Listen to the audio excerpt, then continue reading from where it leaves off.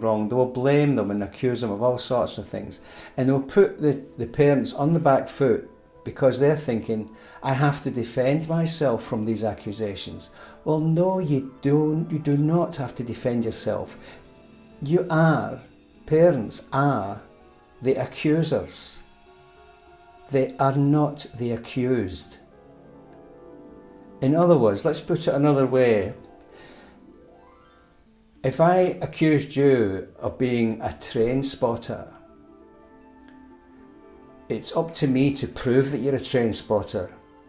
It's not up to you to prove that you don't go train spotting at the weekends. Try and get into that mindset. Try and flip this thing the other way around, completely reverse the whole thing, the whole process. You must focus, any parent who's not seeing the children as they should be, must focus on who's preventing that. Who do you blame for that? And they're the person that they will persecute after the court case. There's two ways we can do this, and I won't go through them all in this video, but I will send you the details of anybody who subscribes to the charity. Well, I can obviously send you all the documents and put everything in place, and I will write the reports, etc., the letters, anything that you need to help you to get your children back. Because I'm an expert witness, I can, on a video link, I can advocate for the child.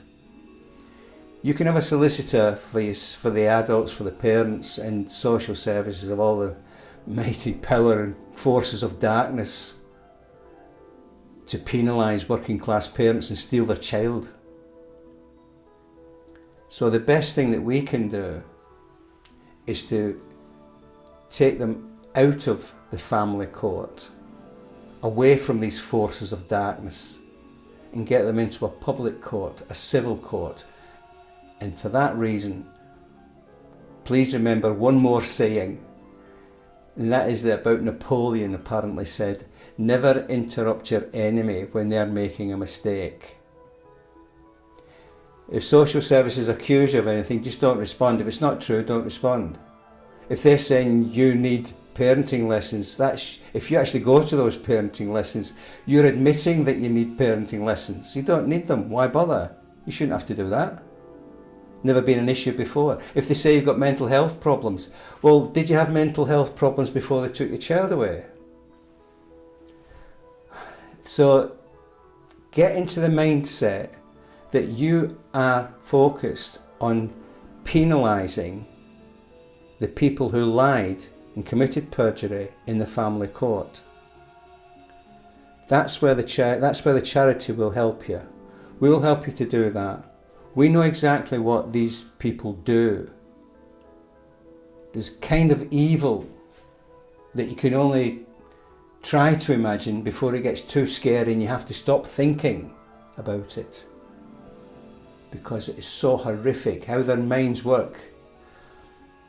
One woman had obsessive compulsive disorder, so they marched into her house and they said, your house is filthy, it's disgusting, it stinks, etc., etc. Obviously to try and push this woman over the edge. Another lady with profound disabilities, they said, you can see your baby, but you're going to have to climb 3 or 4 flights of stairs to get to the contact centre. Virtually impossible to do under her own steam. There was another young woman with learning difficulties. She believed that she wasn't capable of having a child. When the little baby was born, she described herself as delirious with joy. Social services said she was mentally unstable because she was delirious with joy and took her baby away. All these things are there to push people over the edge. One young woman, she was only allowed to see, she had her child taken away at birth. She expressed some milk into a jug or something, and that was the last she ever saw of her child. Until a few days later, they said, you can come and see your child. It meant a bus journey, and she was only allowed 20 minutes in a room, one end of a room, where a complete stranger kissed and cuddled her baby and fed her formula milk. This is the kind of thing these social workers will do to push parents over the edge. If that's not persecution, if that's not malicious, I don't know what is. I have a name for it, but I won't say it on video. This is the people that we're up against. These people are mercenary. They steal children, take them unlawfully, and sell them abroad for money, lots of money. This is what the charity's up against. If you've been treated like this, this is why nobody listens to parents, because they don't have to listen to them. And if you put in a complaint, they just laugh at you, because it's a social worker who deals with the complaint. So what are you going to do with that? We have to stick together on this. We all have to club together.